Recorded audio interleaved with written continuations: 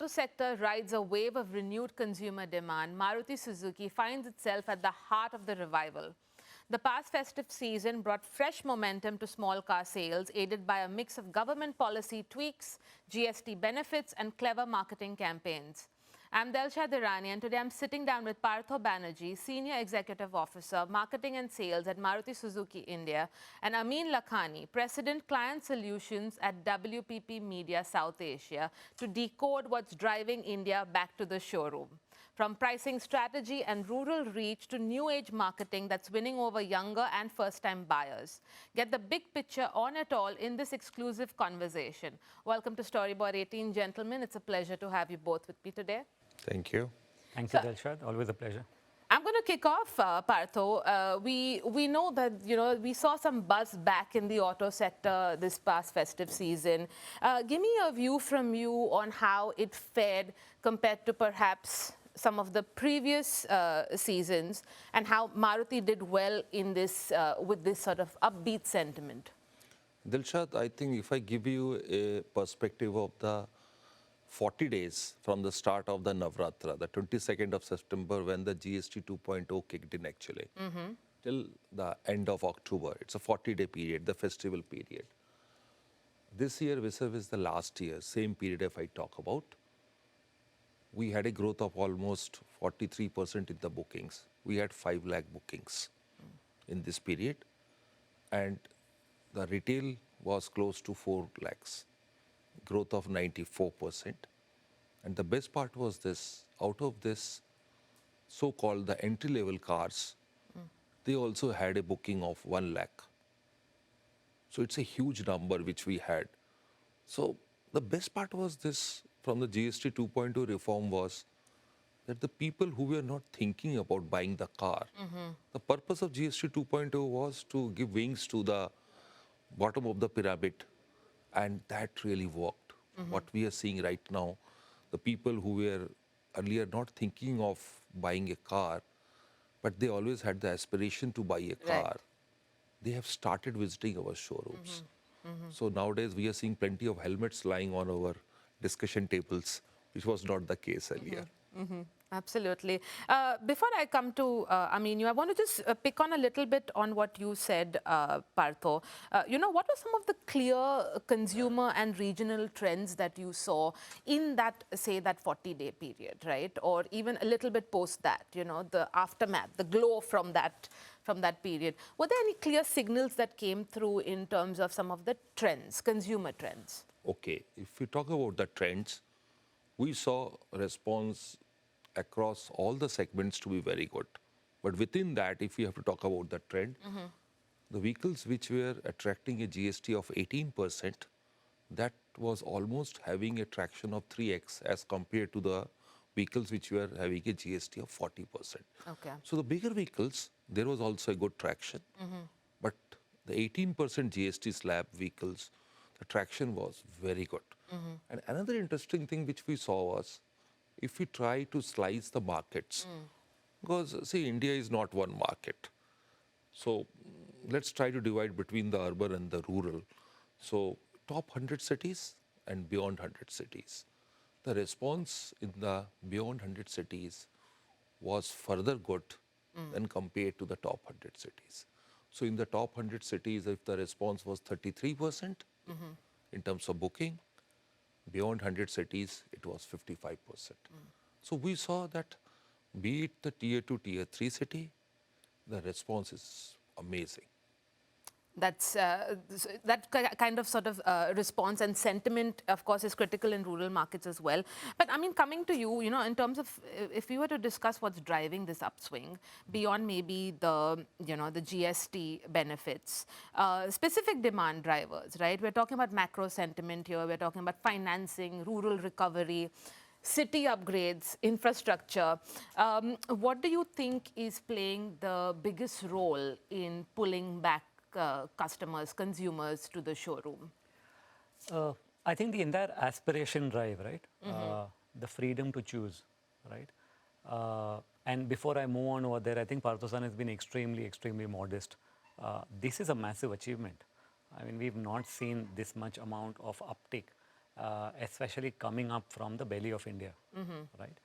And to Partho San's and Maruti's, the other strong point that I would like to drive is that it's not only about what GST did, but I think how, because when the consumer walked into the showroom, he said, yes, there's GST. But what is the company really offering us more? And I think the preparedness that the entire marketing team had before they went out in the rolled out to say that, yes, this is the GST benefit and this is the delta benefit that is here. We are also participating in pushing the consumption, in helping you upgrade, in helping you, come up into the mobility drive. Right. I think was a key driver, in terms of what pushed for the demand. So I thought that was an important one. Usually a car buying takes, typically a few months of decision making. But this festive season, thanks to the omni-channel approach that gets deployed, I think the screen to showroom journey really got crunched. And we saw massive, the numbers are speaking for themselves. Right? So I thought that was a very, very big uptick. The funnel really collapsed. It's actually become a very fast lane, if I were to call it like that. Right? I like the driving analogies. Let's call it the fast lane. Yeah. And no pun intended, but the desire window has really shrunk. Okay. And desire is the main car. You're on a roll. Right? Right. So I think everything just came in together. And then, to unlock this entire conversation, the most important part is how, the marketing team and our teams work together to unlock data signals and the application of data in really winning and converting these demand moments. We'll get into all of that a little bit more and deeper. But just let me zoom in on this entry-level segment demand. After years of sluggishness, this kind of upswing in it, apart from maybe you can, pick on the aspiration point that Amin made. But apart from that, what's behind this renewed appetite, Partho, for Dilshad, we need the to entry-level understand. segment? We need to first understand what went wrong with the entry-level segment. First of all, the car penetration per 1,000 is just at 34. In the developed countries, it is 700, 800, right? So we have a long way to go. Lots of headroom, absolutely. And at the end of the day, if you see for the last 2 to 3 years, auto industry is not growing. A 2%, 3% growth is just nothing. For a country like India with a population of almost 150 crores, it's just nothing. What is stopping? We need to understand that. And what happened suddenly to the entry-level cars? Over a period of, I would say, 3 to 4 years' time, due to the safety regulations, emission regulations, the vehicle prices went up. So it was purely a price, affordability issue. Now this year what has happened, let me tell you, there were 3 tailwinds. Number one was in the finance bill for the income tax relief up to 12 lakhs, there was a huge benefit given that no tax is to be paid. Then RBI came with the policy that they are going to reduce the repo rate by 100 basis point. What it does is, it helps you in reducing your EMIs per month. And then third thing was the GST 2.0, that was the icing on the cake. So there were 3 tailwinds. And as soon as we were able to communicate this along with our media agencies and the creative agencies that you can realize your dream. So we suddenly saw that is a huge spurt in the market. And just to give you a perspective, if the car penetration doubles from 34 to 68, we are supposed to sell close to 6 million vehicles. 6 million vehicles. That's the number. So we need to understand that even at 68 per 1,000, it's nothing. So the bottom line is this, in a country like India, if the motorization has to happen, it has to happen from the entry-level cars. In all mature markets, let me give you an example of Japan. 40, 50 years back, the two-wheeler sales was very high in Japan. Or today, if you go to Japan, you hardly see any two-wheelers. So all the people have upgraded to the car, Yes. the key car which came. So I'm very sure in India also today, the two-wheeler vehicle park is close to 270 million.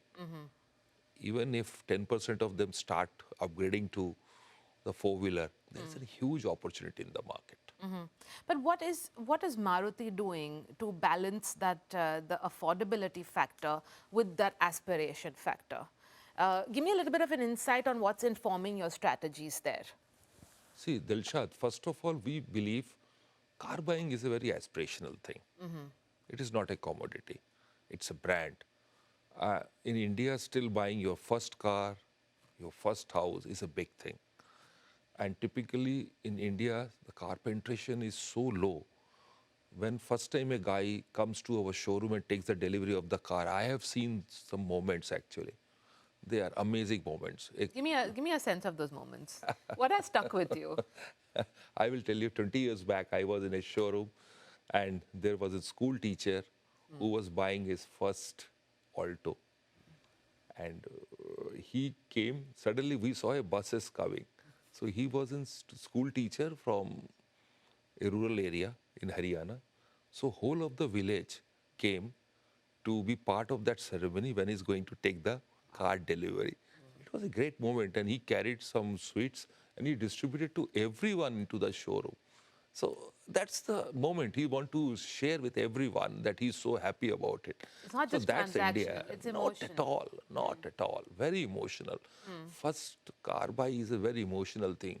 I have seen the people when they sit inside the car and hold the steering wheel. Now it's like a mark for him actually. He's holding on something interesting. So we need to give this joy of mobility to every Indian. That's our dream. We being the market leader, we need to start this motorization activity.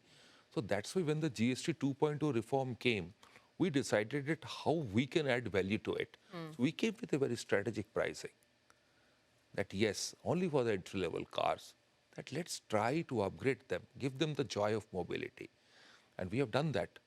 And I think the way we communicated, it was very aspirational. We created the TVCs. We worked on it for all our entry-level car, be the Alto, be the Wagoner. If you see the Alto ad actually, it's purely aspirational. Nowhere we are talking about is something like commodity.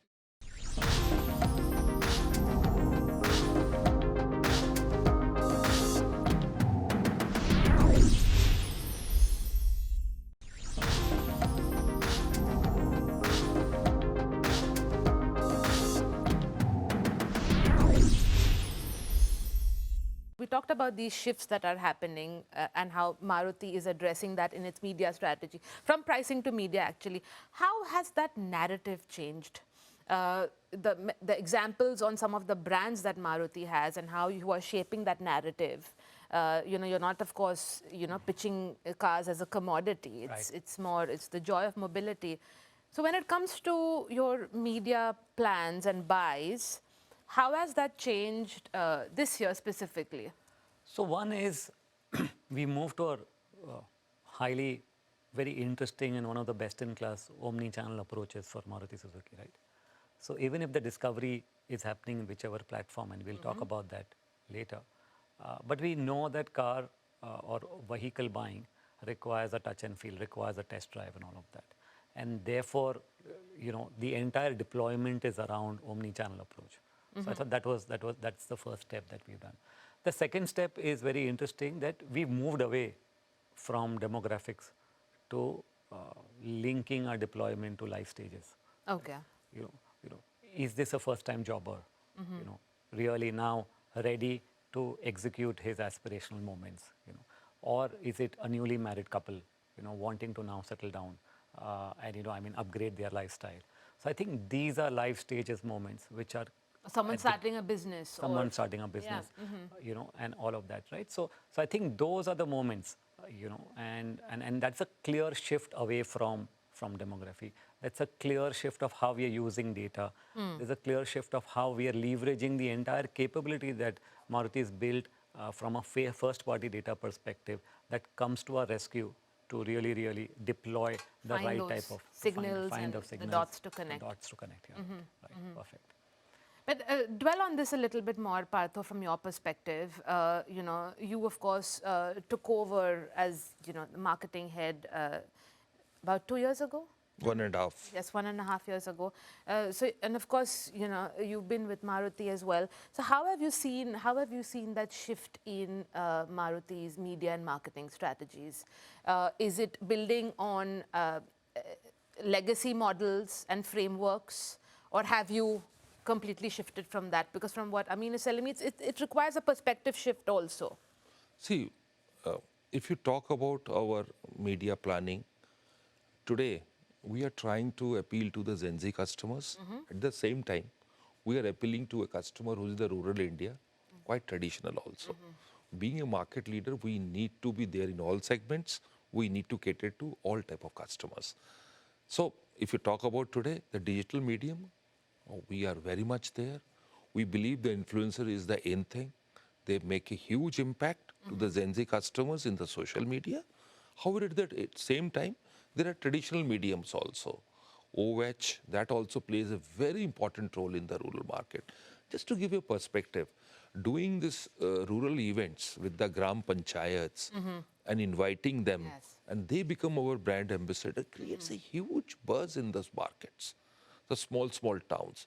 However, at the same time, if you talk about the Victoris, you talk about the new product, the e-Vitara, which we are going to launch very soon, you will see totally different marketing approach, which we are going to have it. Talking to the Gen Z customers in their lingo, reaching to them in a very different mediums, more digital than the traditional medium of print. Just to give you an example, last year in the Auto Expo, Maruti didn't release a single print ad. Not a single print ad. Amin Bhai sitting next to me, we decided everybody is going to come up with the print ads. What's the point of putting it? And we put our whole money on the digital medium. We got the influencers, and really it was a great success. Coming to Victoris, within first 48 hours, we had got close to 100 million clicks, one of the records. I'm being told by the Mindshare team, and I think they really did an excellent job in terms of creating those plans. So what I'm trying to make a point is this: you need to work out the strategies, horses for the courses strategy. Like I was saying, we are practically at the end of 2025, the year. Partho, what is it that you're looking forward to in 2026? If there are some trends that you are keeping your eye on, whether it's Maruti's own strategies, product mix, the brands. When you speak about joy of mobility, mobility is transforming, the electric push. What should we as well look forward to from Maruti, and what do you have your eye on? Okay, first I would like to share with you, we are going to come up with our electric vehicle in the next calendar year. That will be a gift to the customers of India. So we are not going to just offer you a product. We are going to give you a mobility solution. So wait for some time. We are coming with a new campaign. 40 years back, when we started in this country, we came up with an interesting campaign, Kancha campaign. You're very soon going to see a sequel of that. Oh, wow. Okay. And this time it will be about the ecosystem for the EVs. So what we are talking about is this, that we need to create an overall experience for the consumers. Being the market leader, we are not into selling products. We are selling experiences for every customer. So our aim is, by giving them good experiences through our products, through our services, and keeping them in our fold, and to provide them the joy of mobility. So you're saying that it will really shake up the electric mobility space, even in terms of communication. Shaking up other thing, I leave it to you all people to decide. But the important point which I'm trying to make is this: we are going to come up in the EV space. And it's not only the product. We have showcased the product in the last year Auto Expo. But we said we don't want to just launch a product. Because today in the EV sphere, there are more than 17 to 18 vehicles which are there. But the penetration is just at 5%. When we started the journey in India in 1982, car penetration was 1 per 1,000, less than 1 per 1,000. It's remarkable. So now we reached to 34 per 1,000 with the help of all other our OEM partners. Now when we are seeing again the EV space, The EV space, the penetration is just at around 5%. That too, it just started in the last 2-3 months. So again, how can we really take this new thing, the EV space, to the next level? So it's very important that just by offering product, you are not going to do it. You have to give them the overall experience, how you communicate, how you give them the confidence. 40 years back when we started, we started with first the infrastructure. We didn't create the showrooms first. We created the workshops. And we gave a very strong communication to the customer. Everybody was very apprehensive. If I'm taking the car from point A to point B, something goes wrong, what will happen? We said we are there by your side. And again, I'm saying that when we come in the EV space, we are there by your side. So that communication will go to all our consumers. How are you thinking about that, Partho? Delshad, very soon, on December 2nd, we are going to have all the announcements and you're going to see that. And it will totally be a game changer thing. Well, that's all the questions we have today, and I'm going to take you up on that on that conversation later, Partho, when you're ready to put that game changer out there in the market. So we'll take that up then. Thank you so much for joining me today. Thank you. Thank you so much.